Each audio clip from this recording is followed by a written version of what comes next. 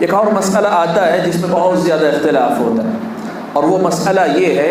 کہ قنوت کب پڑھنا چاہیے، رکوع سے پہلے پڑھنا چاہیے کہ رکوع کے بعد پڑھنا چاہیے، رکوع سے پہلے پڑھنا چاہیے یا رکوع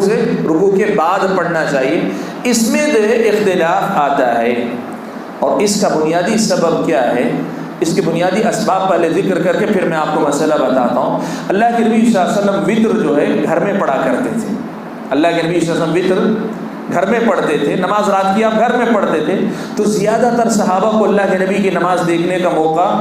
نہیں ہوا ہے، زیادہ تر صحابہ کو دیکھنے کا موقع نہیں ہوا۔ اسی لیے جب میں آئندہ ذکر کروں گا تو آپ دیکھیں کہ اللہ کے نبی کی قنوت کا تذکرہ یا قنوت کا وقت بتانے والے صحابی بھی حضرت انس ہیں،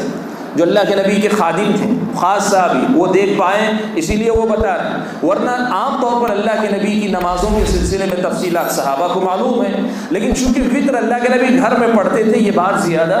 مشہور نہیں ہوئی۔ اور دوسری وجہ یہ بھی ہے کہ میں نے جیسے ذکر کیا قنوت دو ہیں، ایک قنوت نازلہ اور قنوت وطر ہے۔ کیا ان دونوں میں فرق ہے؟ دو الگ الگ قنوت ہیں یا دونوں کی دونوں نماز میں دعا ہیں تو دونوں کے مسائل ایک ہو سکتے ہیں؟ تو کئی اہل علم کے در نظر میں دونوں جو ہے ایک ہی چیز ہے، یہ بھی قنوت ہے وہ بھی قنوت ہے، یہ بھی دعا ہے وہ بھی دعا ہے، اس لیے تمام روایتوں کو وہ اکٹھا کر لیتے ہیں۔ اب اس کے نتیجے میں یہ اختلاف ہوا اہل علم کے درمیان کہ رکوع سے پہلے ہونا چاہیے کہ رکوع کے بعد ہونا چاہیے۔ اور میں آپ کو بتاؤں دونوں ہی قول، اور قول سے مراد بعض اہل علم کا یہ کہنا ہے کہ نہیں، آدمی رکوع سے پہلے کرے، یعنی قرات جیسے ہی ختم ہو دعائے قنوت پڑھے، اس کے بعد رکوع میں جائیں۔ وہیں ایک دوسرے گروہ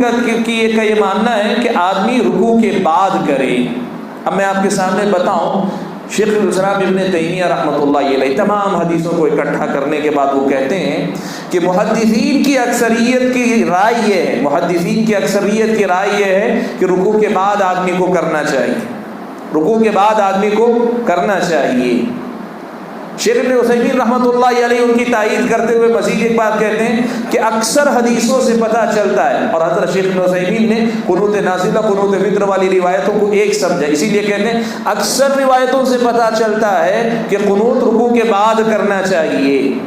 لیکن ان کے مقابلے میں اگر آپ دیکھیں گے محدثین کی دوسری جماعت، ان کا کہنا ہے، وہ کہتے ہیں کہ اللہ کے نبی صلی اللہ علیہ وسلم سے جو بھی روایت ملتی ہے قنوت وطر کے سلسلے میں خاص طور پر وہ رکوع سے پہلے کی روایت ہے، اس لیے رکوع سے پہلے جو ہے قنوت کرنا چاہیے۔ شیخ البانی کی رائے بھی یہی کہ رکوع سے پہلے کرنا بہتر ہے۔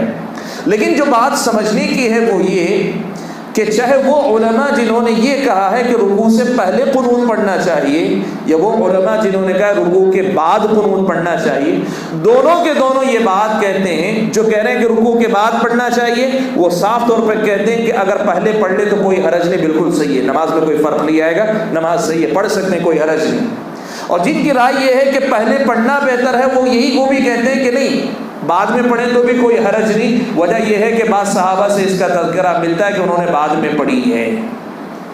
یہ مسئلہ جو ہے اصل میں لوگوں کے اندر بہت زیادہ اختلافی ہو گیا۔ ہر رمضان میں آپ دیکھیں گے رکوع سے پہلے ہونا چاہیے کہ بعد میں ہونا چاہیے، پہلے ہونا چاہیے کہ بعد میں ہونا چاہیے۔ یہ مسئلہ عالم دین پر چھوڑ دیا جائے کہ وہ تحقیق کی روشنی میں جس پر اطمینان محسوس کرتا ہے اس کے مطابق وہ نماز پڑھائے گا۔ رکوع سے پہلے پڑھاتا ہے آپ پڑھ لیں اس کے پیچھے، اور رکوع کے بعد اگر وہ پڑھاتا ہے آپ پڑھ لیں اس کے پیچھے۔ یہ عالم کی اپنی ثوابدید ہے کہ وہ دلائل کی روشنی میں کس قول سے زیادہ مطمئن ہوتا ہے، اور اس وضاحت کے ساتھ کہ بعد والا قول کو بھی وہ صحیح مانتے ہیں۔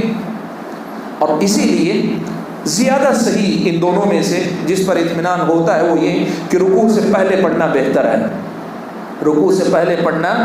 بہتر ہے، اس لیے کہ صحیح بخاری کی روایت میں معلوم ہوتا ہے حضرت انس بن مالک رضی اللہ تعالیٰ عنہ کی روایت جو صحیح بخاری میں آئی ہے، جسے امام بخاری نے باب القنوت قبل الرکوع و بعد اس باب کے اندر ذکر کیا ہے، اس سے معلوم ہوتا ہے کہ قنوت پہلے پڑھنا بہتر ہے،